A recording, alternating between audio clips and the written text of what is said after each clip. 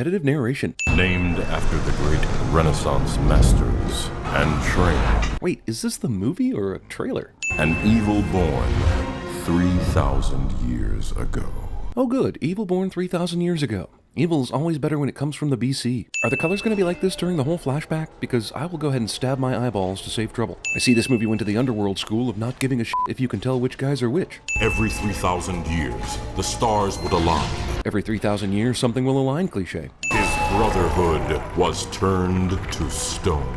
Man, this is a very knowledgeable portal to know which people it needs to turn to stone. He became immortal, but at a price. This movie's trying to set a record for the most cliches in the first 5 minutes. Upon the portal's opening, 13 monsters were released. Jesus, should I be taking notes? Okay, portal, have we made the guy who opened us immortal? Yes. Have we turned his best friends into stone? Did that. Okay, unleash the 13 monsters and our job here is done. And the monsters that were unleashed continue to plague mankind to this very day. If any city that was built in the last 3,000 years doesn't look like the old arcade game Rampage, I'm gonna ask for my money back. The animator said, let's draw this guy eating an apple. It'll make him look like even more of an asshole. I tried ripping a girl's necklace off in one clean break once. The reason I did it is none of your business. The point is that necklace did not break and I got kicked in the balls. Idiota! Watch where you're going. Asshole character must always be an asshole, or the kids in the audience might forget he's a bad guy. Man, those steep drops in jungles just show up out of nowhere all the time, don't they? This bird's flying away cliché symbolizes all the blood that the bad guy just spilled to keep a PG rating. Leonardo is lucky this truck he sent in driverless didn't hit a little kid or something. How many backpacks did she murder while trying to master this trick? I was already here on business. April O'Neil's job in this movie is oddly specifically tailored to bring the plot to the Turtles. Movie rips off the entire gang is separated and all working regular jobs thing from the Muppets Take Manhattan. Also, I sure hope we're not going to spend the whole movie waiting for the 4 turtles to get back together. Haha, turtle and a half. Costume. Cute gag with the trash can, but isn't your secret parking spot completely busted the first time a garbage man comes along and tries to do his job? Why skate a half pipe when you can skate a sewer pipe? Cause poop. Why'd you do this to yourself, Mikey? Those glory days are over. But why? Because Splinter sent one of the 4 of you to Central America? I suppose you think the Night Watcher's some kind of hero. How do these assholes that live with him not know that he's the Night Watcher? I don't think you can keep vigilante justice like this a secret in your own living quarters, and there are way too many clues. They're into everything. Real estate, technology, pharmaceuticals, hair gel.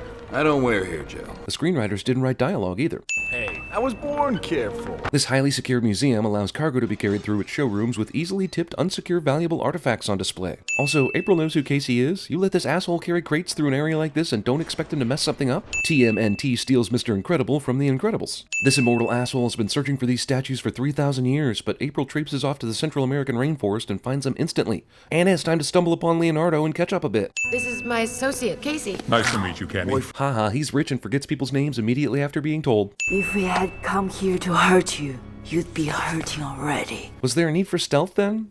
Couldn't you just schedule a meeting and not go through all the stress of bringing ninjas to a negotiation? I have some friends coming to town that I'd like to roll out the red carpet for. Winters is unnecessarily vague about the friends who are coming, so it'll be a surprise in the movie later. You may have everyone else fooled, but you haven't fooled me, Raph. Even this dumbass Casey knows Raphael is the Night Watcher. I think Raphael has read too many Spider-Man comics. I can't even sleep without the sound of the subway rumbling over my head.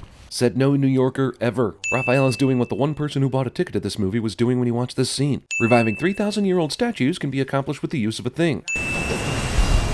Leo's a turtlesicle. Because until you can act as one, you are forbidden to fight. This is a totally arbitrary plot device and makes little sense.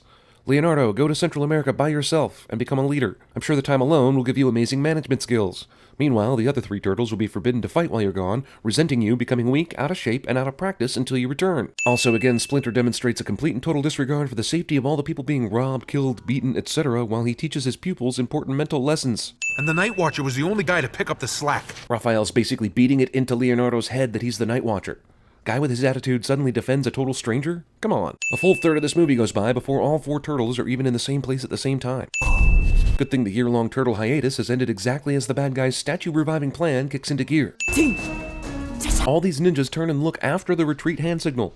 If the silent hand signal is that unimportant, why do it? The Foot Clan survives jumping off this building because assumptions. Donatello's staff saves him because cartoon physics. Thank God this is an abandoned building under construction instead of a real building in everyday use, because otherwise I would have to feel conflicted about all this wanton destruction. Movie shoplifts the setting from the finale of Iron Monkey. Why did the Foot Clan bother fighting with the monster if they were just going to tell Winters that it was here and he could send his statue army after it? Also, movie thinks smashing together the Iron Man power source and the HAL 9000 will create something original. These statues easily take care of the fuzzy monster, which was handily defeating all 4 turtles at once, but don't worry, I'm sure our heroes will find a way to overcome this vastly superior opponent. Oh yeah! The turtles are back, dudes! Michelangelo was the first turtle to jump into the sewers, but climbs all the way back up to say this inspirational line. You never said anything about monsters. That's true. This is why being vague about stuff like this is pretty stupid and short-sighted. We made a deal, Karai, and I expect you to honor it. But why did you even need to make a deal with the Foot in the first place?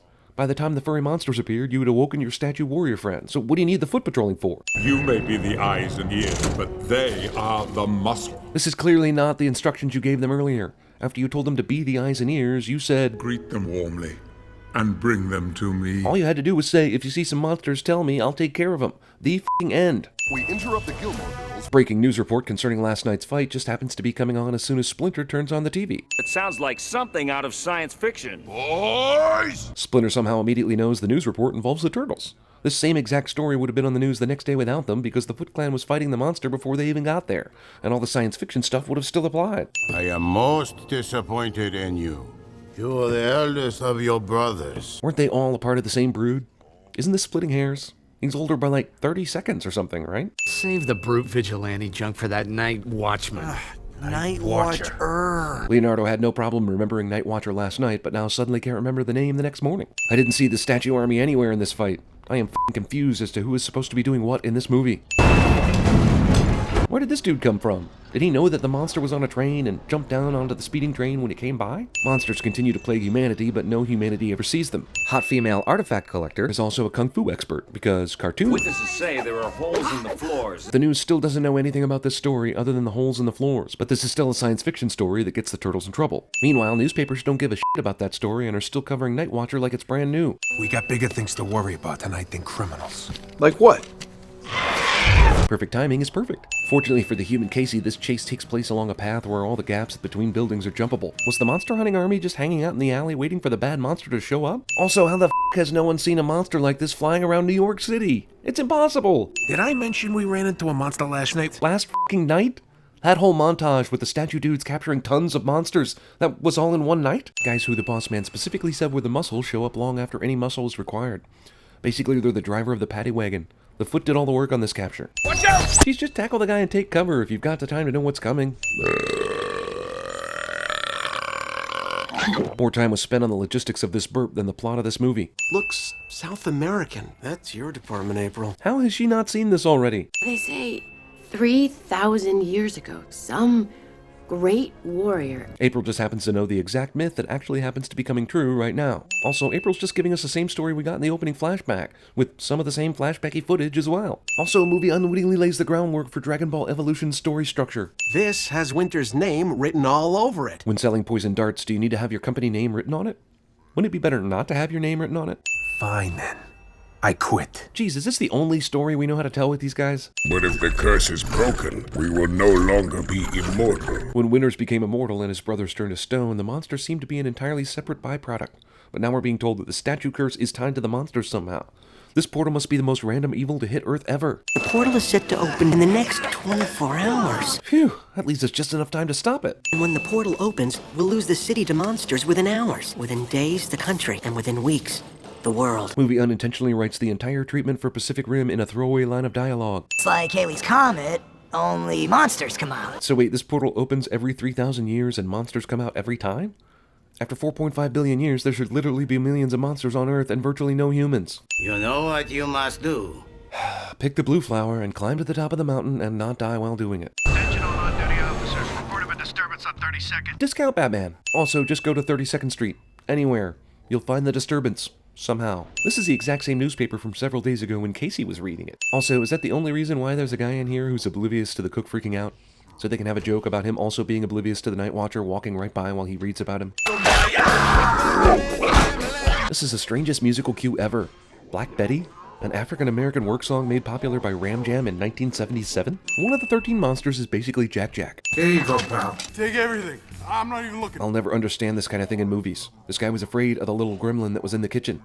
A vigilante comes in and disposes of the gremlin, and now the guy's afraid of the vigilante for no reason at all other than Raphael needs to learn a lesson. Movie decides to be Spider-Man for a bit. You can't change the world like this! Good God, is there any reason why another vigilante can't be fighting crime in this city? Assuming the Night Watcher isn't Raphael, how would he be hurting the Turtles in any way? Raph? Wait, he didn't know that was Raph? Are you f***ing serious? Casey knew because the Night Watcher looked like a giant metal turtle. How did Leo miss that clue? Don't do this, Raph. I'm done taking orders. This entire movie is a brother spat. Again, how does the Statue Army know where to be to shoot poison darts? If it was the Foot Clan giving them information, they know damn well that Leonardo isn't the 13th monster and wouldn't even bother reporting it to them. Not human, not clearly, not their final monster. Yodel won't know the difference. But why? If it's clear to the Stone Temple pilots that Leonardo's not a monster, surely the guy who's been living on Earth for 3,000 years would notice. Also, when you resolved not to find the 13th monster and go with this ruse, did you expect to find a Teenage Mutant Ninja Turtle running around to take a monster's place? No. You are strong, passionate, and loyal to a fault. These are the merits of a great leader as well. So maybe I should send you to Central America for all-important leadership training, too. Raph lets Splinter go through all his pep talk bullshit instead of just instantly screaming Leo got captured. Leonardo. Splinter's gonna take a moment to ponder that, which allows you a moment to ponder how much he looks like Chester Cheetah. I'll tell you what we're gonna do. We're gonna rescue our brother, and then we're gonna save New York City. Well, okay then. No need to watch it then, right? Sounds pretty straightforward. I got it on my last trip to Japan. You like it? Yes, I do. Oh, wait, she was talking to Casey, wasn't she? Also, I stole it from Uma Thurman, who stole it from Bruce Lee. No one who watches the skies for a living notices this shit. And then suddenly, thousands of foot soldiers! Previous TMNT material aside, April O'Neil is an artifact collector. She doesn't fight crime. She's shown no propensity for ass-kicking the whole movie. But now she's helping the Turtles with her apparently world-renowned ass-kicking? These Foot Clan guys, they're just awful.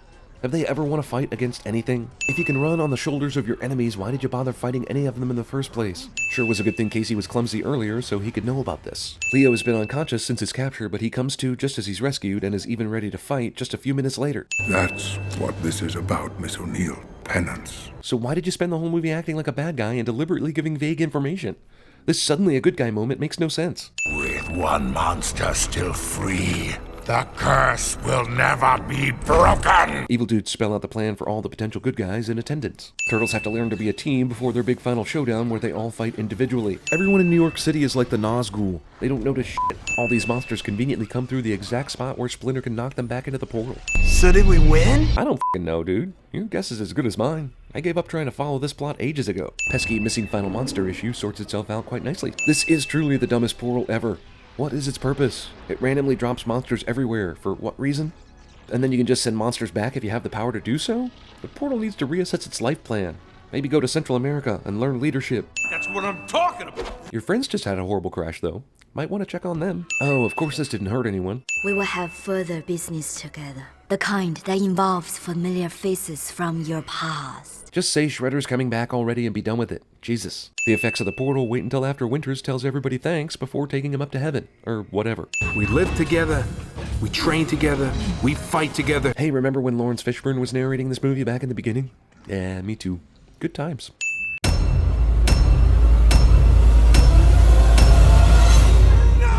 Soon, we will have further business together.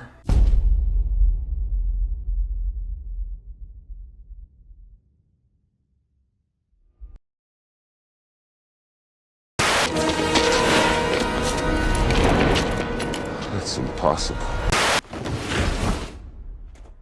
Dajneris želmazmo eksan. Konstrivis jevia ixa inobi petra žemove stretis. What are you? I'm Batman. Magic! Sword! C-A-U-P-A-P-A-R! Squid! Good! You're swimming in the East River? Yeah. The most heavily trafficked, overly contaminated waterway on the eastern seaboard?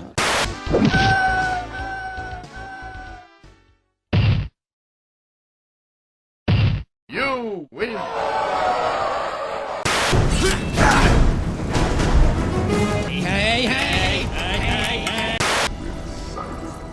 We are getting aggravated.